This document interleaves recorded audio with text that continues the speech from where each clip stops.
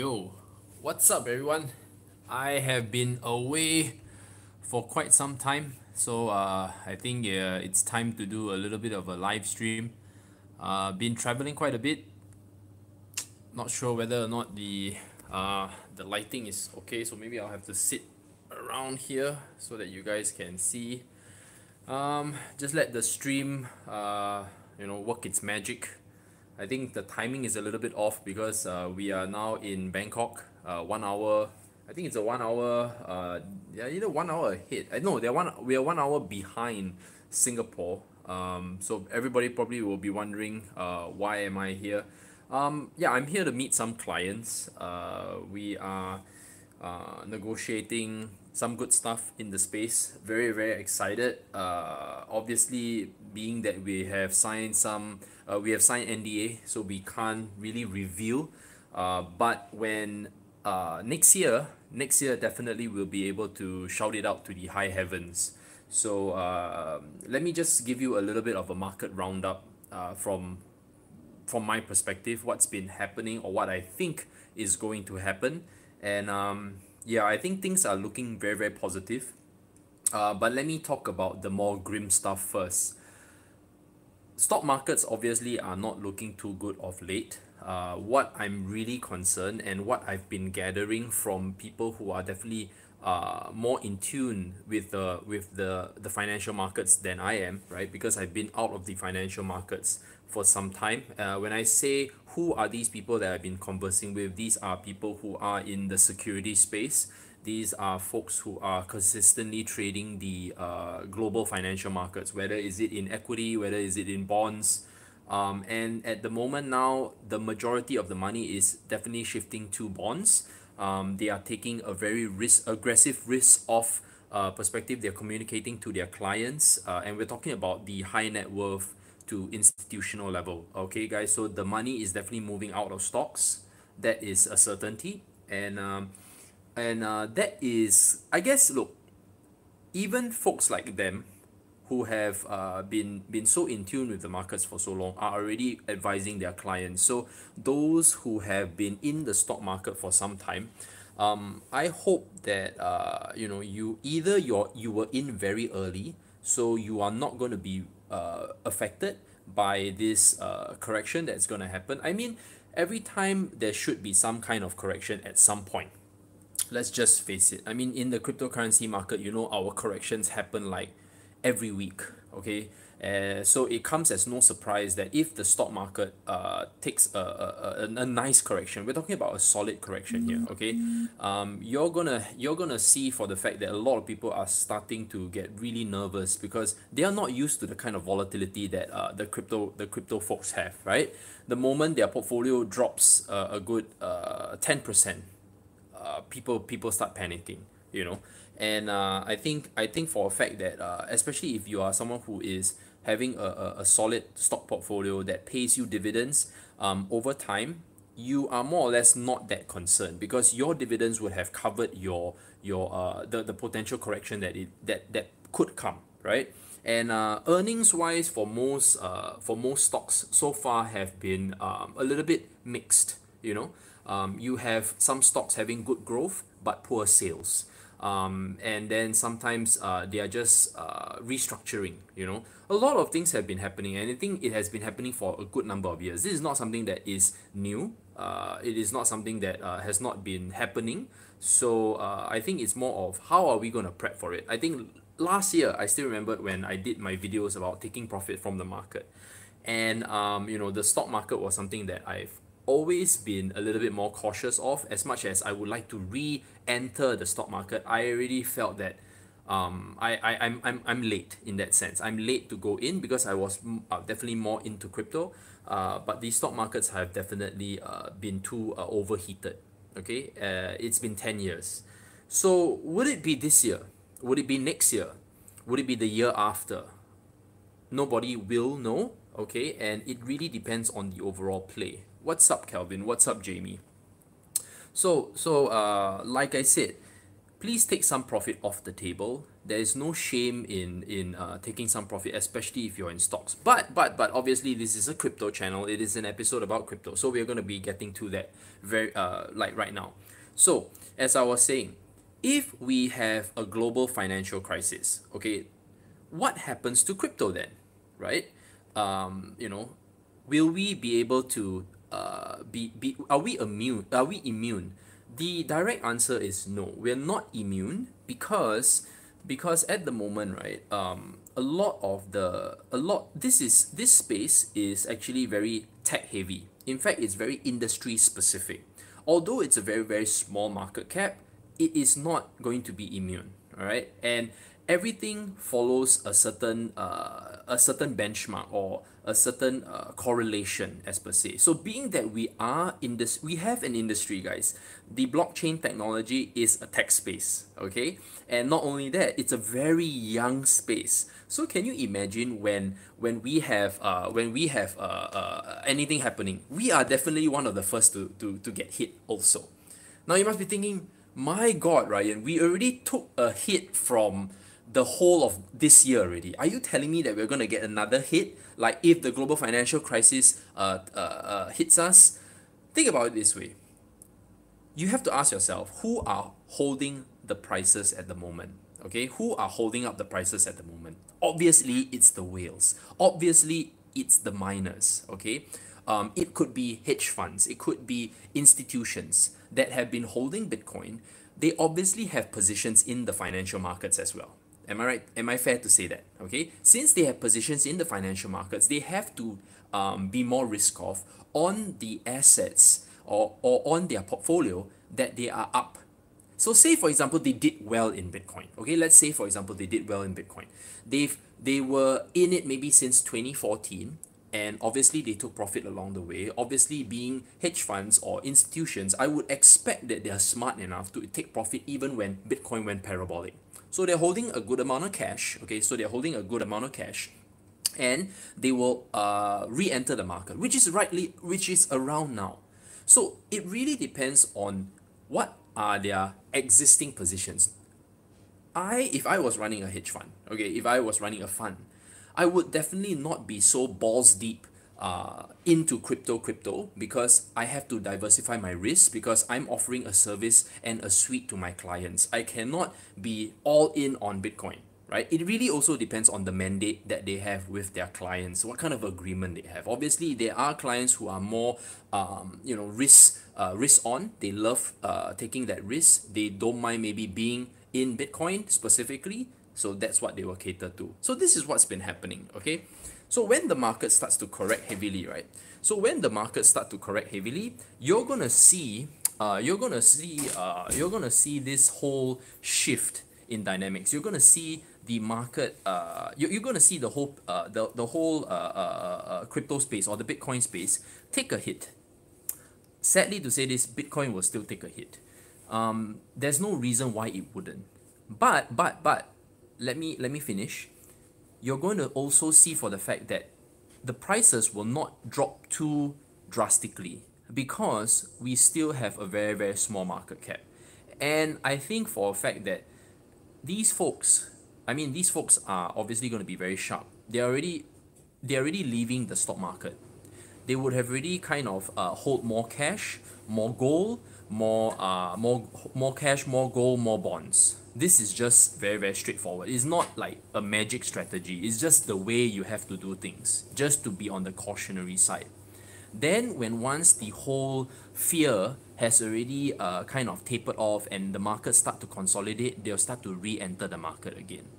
So what happens to us then, Ryan? What happens to us, the little guys, the guys who have been working hard, traveling back and forth to our workplace and investing our monthly salary into cryptocurrency? We're not in the stock markets. Give me something for that. Okay, here's the thing for you. I've always emphasized a dollar cost averaging strategy. I think it's pretty standard across the board. Because if we are not, traders, we're not skilled at looking at the charts, we're not familiar with the technical indicators of volume, movement, and all that, what do? We still stick to the plan. Bitcoin is here to stay. By now, we should all know that the OTC market is really very, very healthy. We're talking about double the volume compared to what you see on the surface level. Okay? So this is that assurance, because you're seeing for the fact that the Bitcoin wallets, the large ones, have been increasing in Bitcoins for the past 1 to 2 months. So think about it this way. We're talking about wallets that are 6 figures in Bitcoin. 6 figures, guys. So if it's 6 figures in Bitcoin, am I right to assume that someone is up to something, or someone is preparing to service a larger client? Could it be Bark? Could it be that there will be some ETFs that are going to go through? Are there going to be private ETFs that are going to just go forward with the market, whether or not SEC approves or not? You can always build a ETF or a fund offshore, guys. Okay, as much as the US market is huge, it doesn't matter. Yes, US market is big, okay? But why would you allow, right, or why would you stop doing business when there are clients who are seeking demand, right?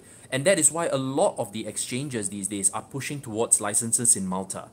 Why are everyone starting to claim that they have licenses in British Virgin Islands or whatever? To me, I think having a license in British Virgin Islands sounds a little bit off, but more of you're able to function and do business there.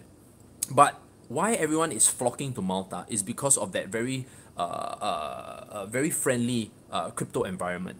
Okay, and being that Malta is part of the European EU, okay, part of the EU, it does and it will potentially, once it provides the license or approves the licenses, right, it will give fiat to crypto to these exchanges, and that's a very powerful thing, because if you don't allow fiat to crypto, you're going to hinder the masses from coming in. Because firstly, if it's going to be such a bitch for me to buy Bitcoin, and then after that I only can use a digital exchange to digital to digital, it doesn't make sense, you know what I mean? It's not easy for someone to look at 8 decimal places.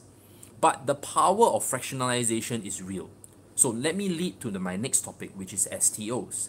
Now, STO, we all know, is coming, okay?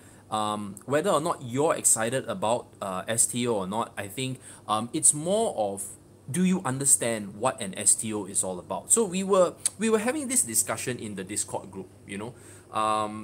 What's the difference, or what's the benefits of an STO to an ICO? So I think I've done this video several times, but to summarize, STO, you're going to be able to have equity in the company, right? Or the token will be able to serve a purpose in terms of providing a return of some sort. So you are going to enjoy the growth of the company, and at the same time, there could be potential dividends. But don't bank on the dividends, please. Why do I say that? If the company that is doing an STO is not mature enough or has no plans to give you a dividend, then there's not going to be a dividend. Now, dividends are basically something that is given to you net after the taxes, amortizations and whatnot. Okay, they call it EBITDA. So interest, earnings after interest before tax and something like that, right? So there has to be after all these things, then they can declare giving you a dividend. It's basically from the profit of the company, not of the revenue, okay? Because if you are a growing company, right, and you're going to want to share, obviously you want to share and really reward your investors, right? Because if your investors came on board, right, you want to give them something. But if the company is not mature, I wouldn't give a dividend, you know. I would want you to follow me and grow with me, right? So I would reward you for capital appreciation in my stock. In this case, it would be the STO, right? So you have to take note and start doing lots of research when the whole STO market grows and develops. It is happening, guys. It is happening. I think we just saw a piece of news from CNN that these SpaceX engineers, you see, very smart, right? Using SpaceX. They're using they're using the term space. I mean, using the company SpaceX, because that's Elon Musk company, but it's You see, you look at how hyped the title can be, but then when you realize it's just the ex-engineers that are starting a STO, or they're planning to launch an STO. So this is something that is happening, okay? So once that happens, you have to ask yourself, are these potentially going to be penny stocks as well? They could be. They could be. And it's just a matter of how are these STOs held, right? We are very used to now buying a digital asset. Either we want to hold it in our own ledger wallets, or we hold it on the exchange, okay? But then one thing good that is going to happen for STOs is that these exchanges are working potentially with third-party custodial services, or they're going to offer their own custodial services. Now, custodial services to you may think, I don't need that. Okay, I'm not high net worth. But hear me out. Hear me out. Once custodial services are available, it just means that serious investors are going to be able to hold the prices of certain STOs. Okay, so if you are a solid company, naturally the likelihood, okay, and I guarantee you 90% of most people, okay, 90% of most people will eventually want to just hold an asset as opposed to trading an asset. So think of it this way. Even a hedge fund, even a family office, do not want to trade on a fucking daily basis. Okay, they'd rather sit and grow the portfolio, right? Obviously, you can say, Ryan, I can always trade and grow the portfolio. Sure, but you can do that through maybe automated trading. Not every hedge fund family office will utilize a bot. Not everyone. Okay, most will want to have a portfolio, create a portfolio, and sit on it. Let the market do its job and collect the annual management fees. Okay, that is how it's gonna work. People love to be lazy too, guys. Okay, it's the same. It's the same. So right now, if you are gonna prepare yourself, I would strongly suggest that you start learning how to value stocks. I really, really want to prepare you all for that. And this is something where, oh shit, are you telling me we have to start learning something new? It's not new, but yes, maybe to you it's new. Because in the past, when you talk about a cryptocurrency, what are we valuing it on, man? The number of addresses that we can create, the number of transactions, the number of nodes. We all know that after a while, the newer coins, the newer projects started to manipulate these metrics. And a lot of that were all bullshit. Okay? Bullshit, pure BS. So now we have to learn how to, of course, value the current space, but at the same time incorporating old world, old school teachings on how they value a company. This is not going to go away, guys. So of course, folks in finance will know what I'm talking about, okay? Folks who are in the space, investment banking, they will know what I'm talking about. So the folks who are really interested in space, who are outside of the financial space, will have to start learning a new skill set. I'd rather break it to you right now and prepare you for what's to come, so that when it happens, right, you're not going to make the same mistake of when the whole bull run started and then you're just in euphoric, you're hoping that wherever I throw my money, I'm going to make money. Sure, you can have that attitude, but if the whole market just suddenly turns like just the way it did, okay, then you're going to be in big trouble. So that's where that's where I think the most important thing is to start learning how to assess a stock. That's all. I'm asking you just to learn how to do that. How does a stock come to its market cap? Okay, understand that. How does it have its earnings? What the hell does earnings mean? What does earnings per shares mean? What does revenue mean? All these simple things, right? All these simple things are going to help you out a lot. And once you start appreciating this space, you are going to say, hey, finally I can start creating a portfolio around this space. I can start to take this space seriously. And you are early. You are early. Whether you like it or not, you are early. Okay? So with that being said, guys, I'll see you in the next stream. And thank you so much for watching. Don't forget to give this video a like. And don't forget to subscribe if you have not. See you guys.